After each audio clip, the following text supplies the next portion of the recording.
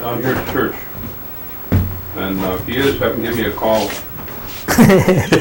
And if at any time you get uncomfortable and you want to stop, we can always take a break too. So. Right. Okay. Yeah. So, Alan, whenever you're ready. We are rolling. We're rolling. Tony, you want to give us your full name and spell it for us, please? Okay. First of all, Tony is a nickname that I don't know. Okay. Everybody knows me by Tony, but my real name is Milton Gene Summers. Milton Gene Gene Summers Summers.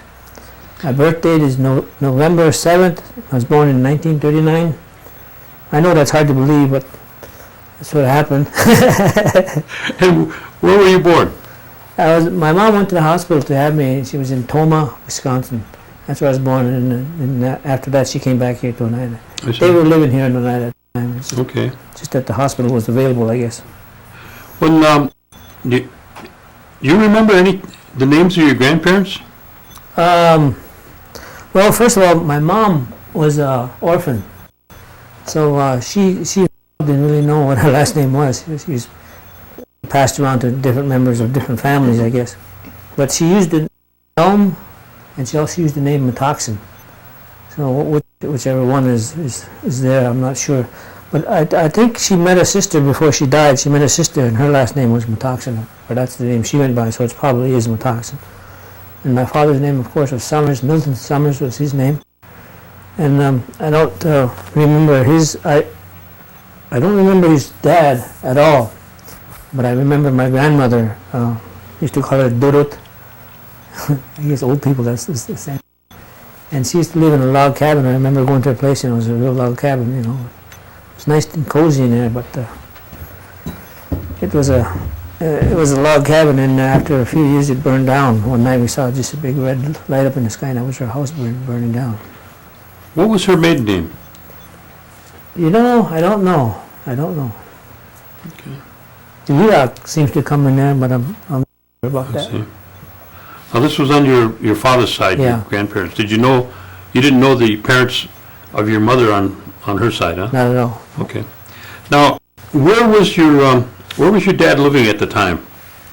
We were living on a homestead where we lived for a lot of years, and that was on what is now called Lambie Road. He had 11 acres over there that he owned, and we lived there. Well, I grew up there, that's where I was born and raised. And And your grandmother lived just down the road from you? yes.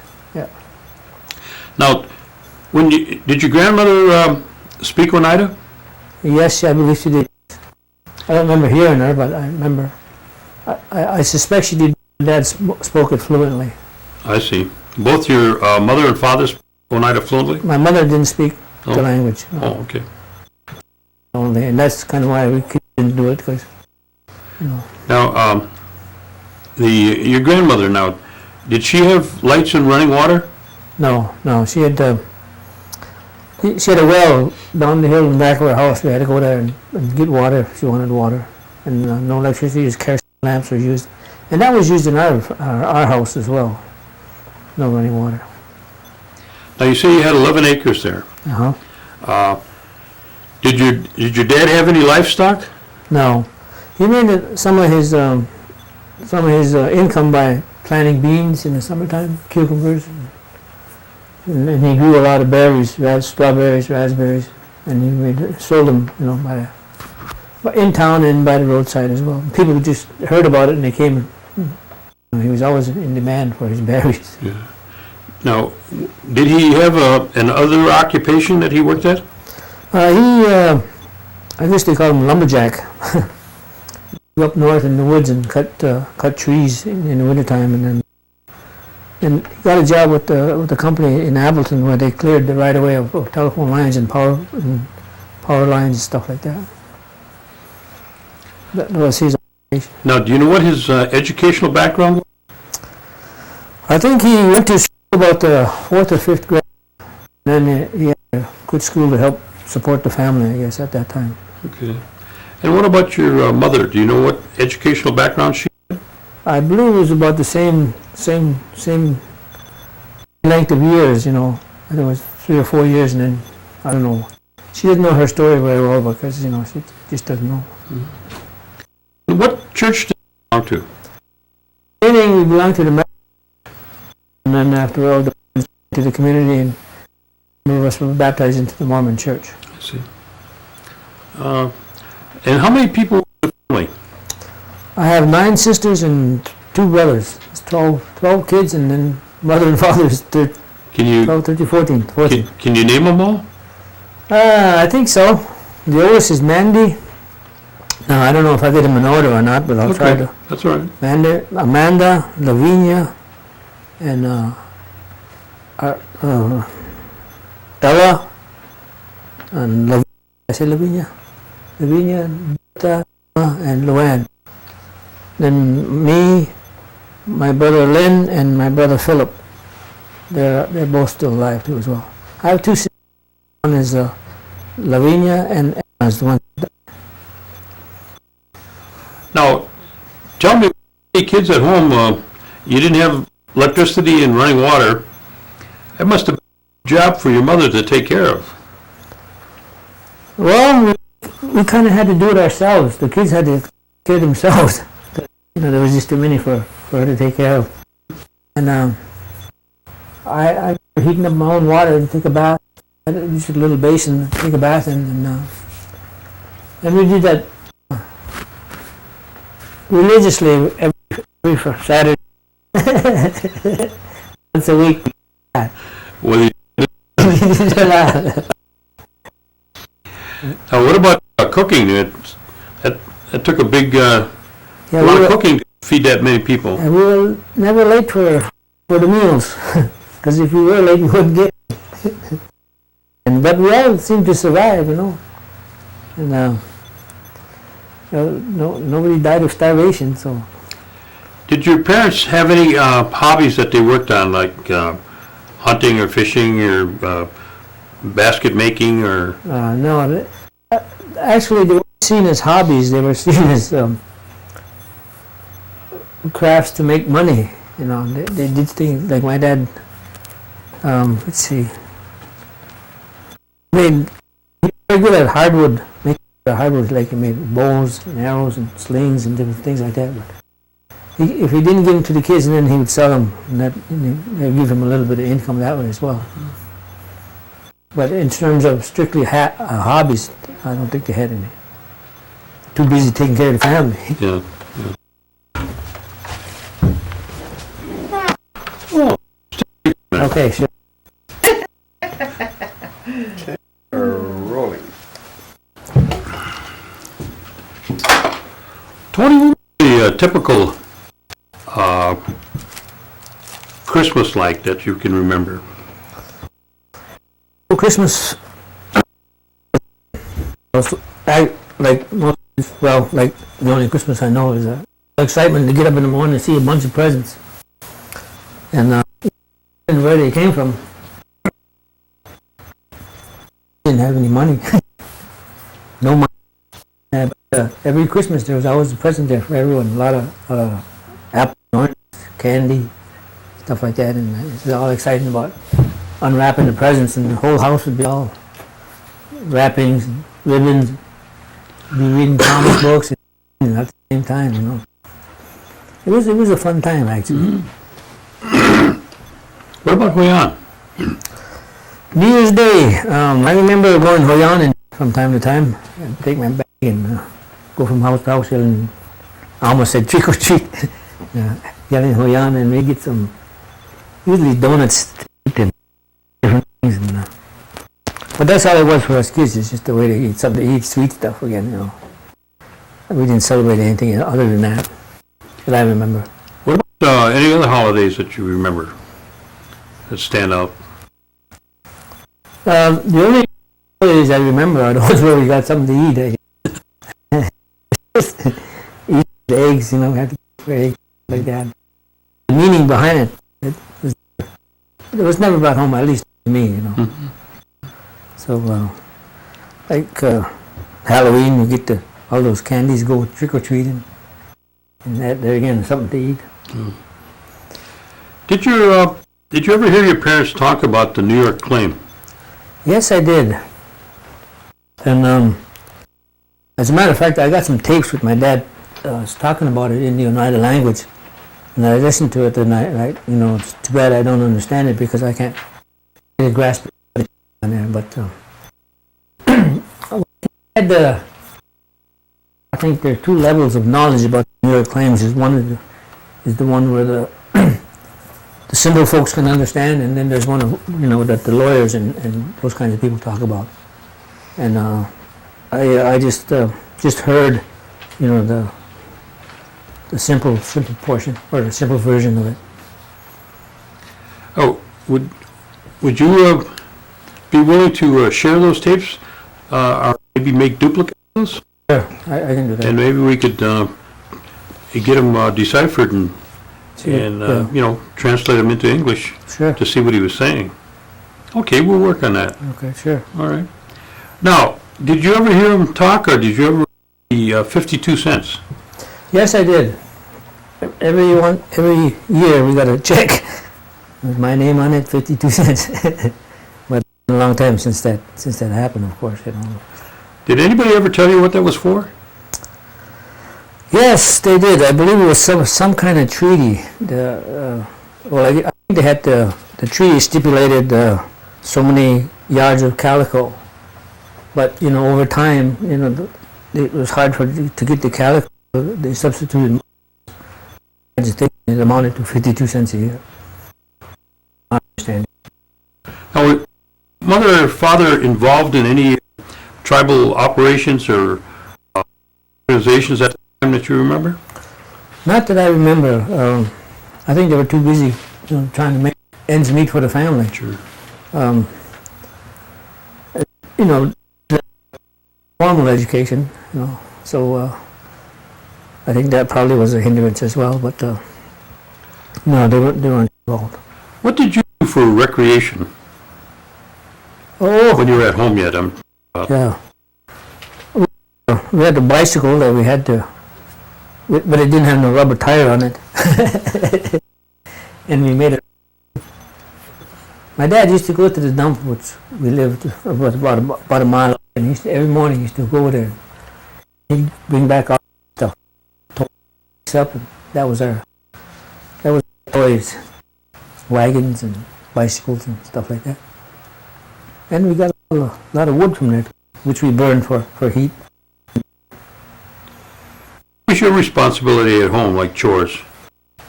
Oh, we had a horse. His name was Billy.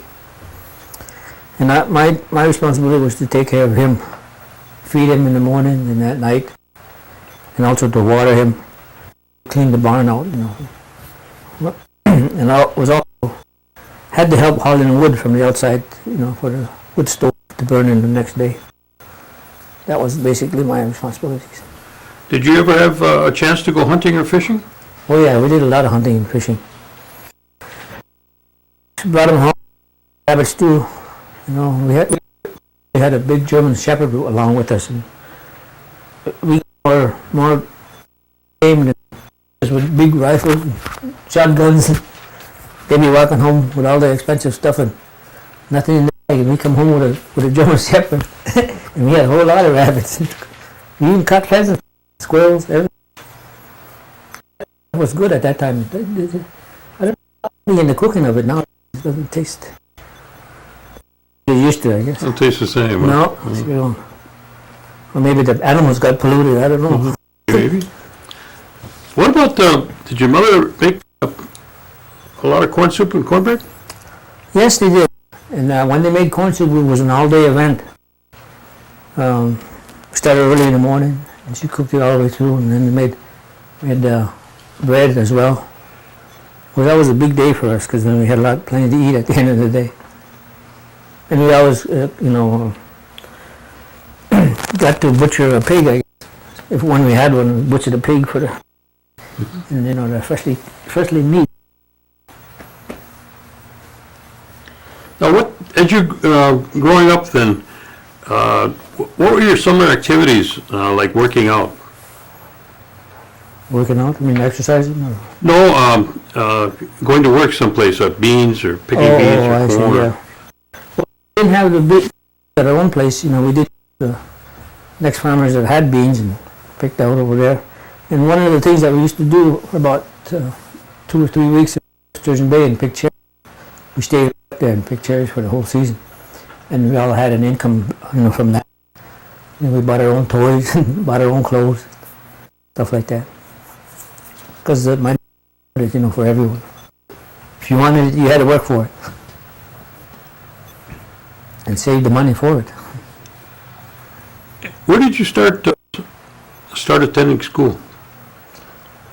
After high school, I graduated in 1958. No, in grade school.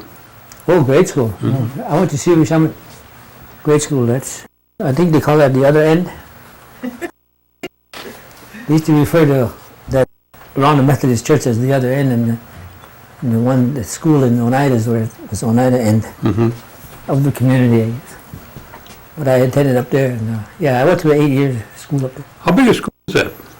It's a two room school with an outside bathroom, and I remember going there in the winter. It was very cold out there. Let's see. We had the hauling water there too. We had the hauling water. We had a pump house on the side there, pump water and all of it. Remember what your teachers' names were? I remember Mrs. Coffee. That was easy to remember. And then I guess there's an old guy there too, Van Hout, I think his name is. Mr. Van Hout. But other than that. And then after you finished school there, where did you go to school then? Well, when I finished grade school, I went into join the Navy.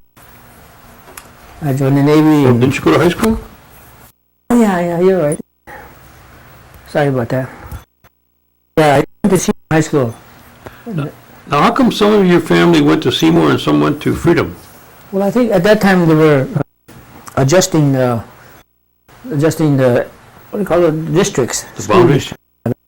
Because, depending on when you started high school, like my went to Freedom, I started Seymour. The rest of the time I went to Seymour as well. So I think there were some changes in the school boundaries.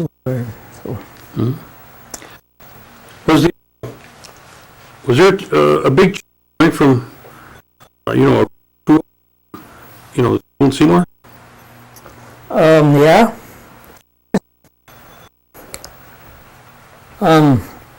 That was the first time I was directed. A lot of the direction is what to do and what not to do in the high school, and some of it got me to anger, and some of it was good. It was okay, but that's the first time I noticed it. Somebody ever directed me what to do. But other than that, there was a lot of people there, a lot of kids in there. Were you involved in any curricular activities in school? Yeah, I joined the band, the high school band over there. I played drums for 4 years, which was a good vocation. I mean, I like that, ability, I guess. So it wasn't too bad those 4 years then? No, heck no. A lot of little white girls running around.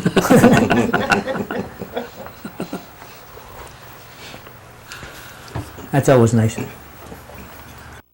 Now, what year did you remember? I graduated in 1958. I remember graduating in June and was looking for a job. I realized how difficult it was to find a job. So I said, shit, we couldn't find a job, so we joined at the same time. I stayed for 4 years in the Navy, and Gary stayed in for... I trained in be electrician and to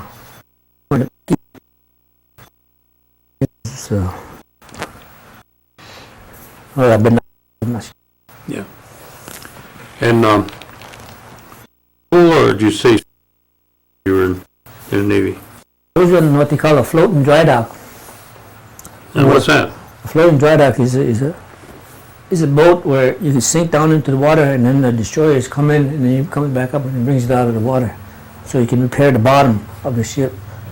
I was on that for 4 years, or 3.5, I guess, and then I put in for a transfer. And at that time they were recommissioning boats in the Navy, so I got one that was an automobile, and then after we got it recommissioned, we took it around to, let's see, the West Coast, and that's where I got discharged, over there on the West Coast. Okay. Did you go through the canal then? Yes, I've been through the Panama Canal a couple times. Now, do they have a story? I've heard stories that they call once you cross the equator. Is there something to that? Yeah, there is, but I never the equator, but I went through. They said there was a lot of things that happened, and I a lot of it. So what they did instead was left after the dinner, they left all out, and you can eat in 24 hours. That's sometimes you lose a day, sometimes.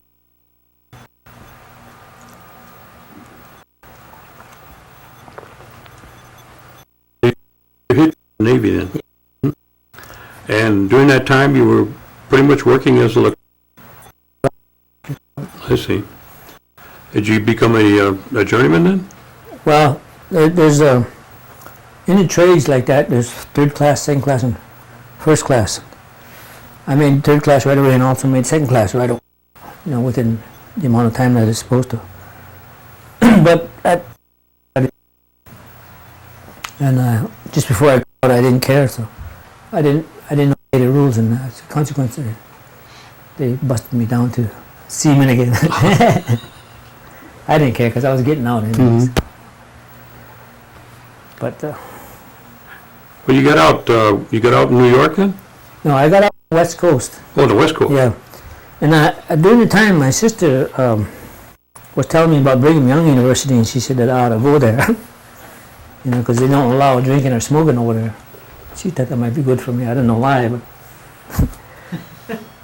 but I applied and they accepted me, and so I got out of the next day to write a test to see where I stood in the grades and stuff.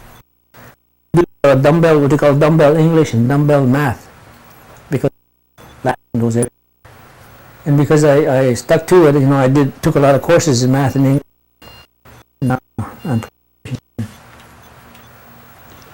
How long did you stay at the university there? It took me 5 years to get a 4-year degree. Mm-hmm. It's because I laid off 1 year because I didn't have enough money to go. What I did during that year was I sailed a merchant seaman ship out of San Francisco to the far east, and that's where I saved up my money, so I had enough money to support my next year. Well, that must have been quite an experience. Oh yes, yeah, it was. How many ports did you hit? Oh, we hit Hawaii, San Juan. Well, no, that's the other way. Hawaii. We also hit Japan, Okinawa, and Philippine Islands, and stopped in Korea a couple times. So it was gave me a chance to see the world. Now, what did they have you doing aboard ship then? Again, I was an electrician. Electrician? Yeah. Oh, okay. And when you come into port, I suppose it varied the length of stay in port, huh? Yeah, it's basically we got into port in the afternoon. We stayed the night, then half of the next day, and then we take off again. We just unload I see. all the way through the night. And how long was that when you went on that tour? Well, I worked the whole year, Oh. and I just saved up my money. Mm-hmm. But when you sign up for at least the length of the tour, which is about 3 months long. I see. You leave the States, go over there, and come back. It takes about 3 months. But you get a lot of port. Then you came back to school. Yeah, then I went back to school. And what'd you do after you left school? Well, let's see. While in school, I met my ex-wife. Her name was Rosella Fat. She's blood native from Canada. We got married, and we were married about 13 years, and we had 2 kids. Oh, yeah. Yeah. What's her name? My daughter is Wanda Frisco Summers, and she's now married a guy by the name of Russell. The reason we named her Frisco, she was born in San Francisco. And then my son Milton Jody, I think you might have met my son Jody. Joey, he calls himself Joey. And how old are they about? My son is about 30 years old, and my daughter is about 40. Just generally speaking, I should know their. Do you have any, birthdates. any grandchildren? Yes, I do. I have 4. 4. My daughter has 2, and my son has 2. That 4 that I know of. No, I'm just kidding. Okay, you got married, then what did you do? And out of high school, I got a job with the General Electric Company in Milwaukee, Wisconsin. Working as a manufacturing engineer, methods and how to stuff like that, which was pretty good. But during that time, my drinking was getting in the way. I started missing work, and then the opportunity came along for me to go to law school, so I snatched onto that. And I didn't make it through law school because I was still drinking, but I'm still trying to get my degree by watching that show, Law and Order. Oh, yeah. How many sessions do you have to watch?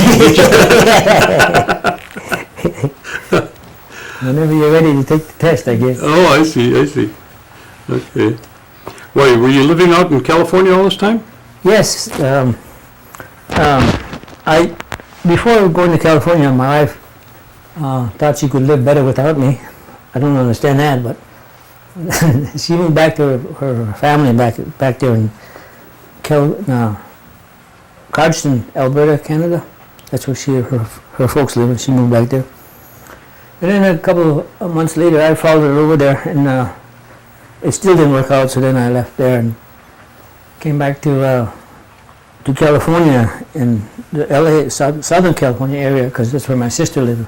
I figured that if I could live there till I got a job, and then everything would be okay, you know. So I came down, and then I got a job with the Southern California Edison Company, which is a real good company to work for. It's an electric utility over there. It's private, but it's a good company, and they got good benefits.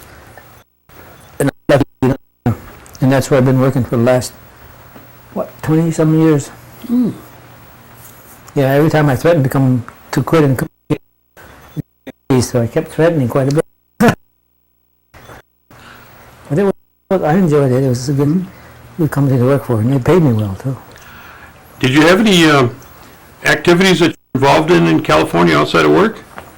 Yes, I attended a lot of the activities. They have Indian centers, Native American Indian centers, and I attended a lot of their activities. Plus, I was involved in Alcoholics Anonymous. I started a lot of, not a lot, but I started two meetings for the Native Americans, emphasizing Native Americans. They did some of the traditional stuff in there, but that we could do without getting into the sacredness or the not abusing it. And it turned out pretty well. It was very, very well attended and well liked by a whole lot of people. And when did you come back to Oneida? I came back to Oneida June 1st, 2003. Well, last year. Last year, yeah. Oh, okay. I came home to stay here. Okay. My big reason for coming here is that, as you can see, I shake a little bit. That's because of the Parkinson's disease that I have. And I was living alone out there in California, so the security of the family is really, really good in terms of I don't worry about what's going to happen to me anymore, because I know my family is here to take care of whatever does happen. Oh, that's what family. Oh, in terms of that you've been away, I know you come back periodically, but I'm sure you've seen a tremendous amount of change in the community. Oh, yes. I come from the, what I have to compare with is the reservations out there in the West. And from Oneida in the shoulders above most reservations in terms of what they're doing for their people. It's real. I see it as, like anything else that's new. There are a lot of problems. The Oneida government is doing a lot of good for Oneida people, and I've been recipient of some of these benefits. So it's I think rather than condemn and look for errors, I think we ought to do a little bit more praising and congratulating ourselves on what they've done so far. I see nothing but good stuff coming. So, if, in your observation, what do you feel that the casino has done for the community?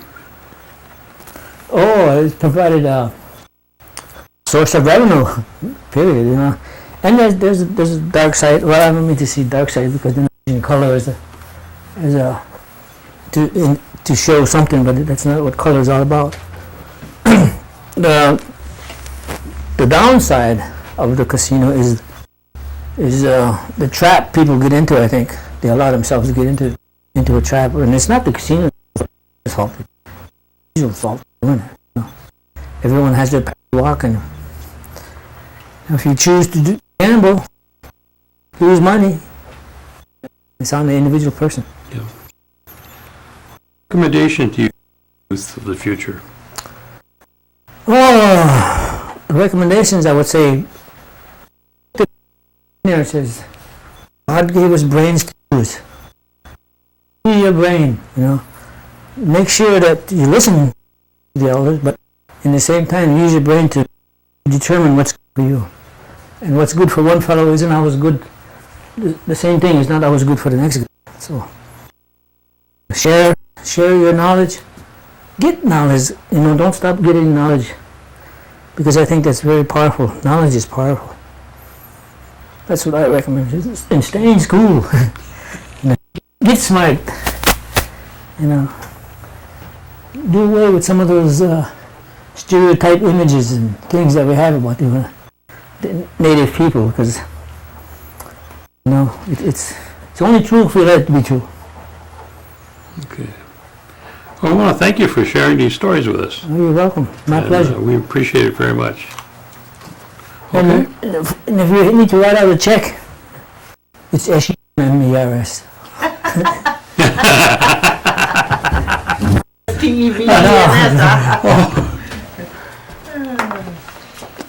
Well, I hope you have the best of luck in terms of the next Law and Order, because there's quite a few sessions coming yet, I know.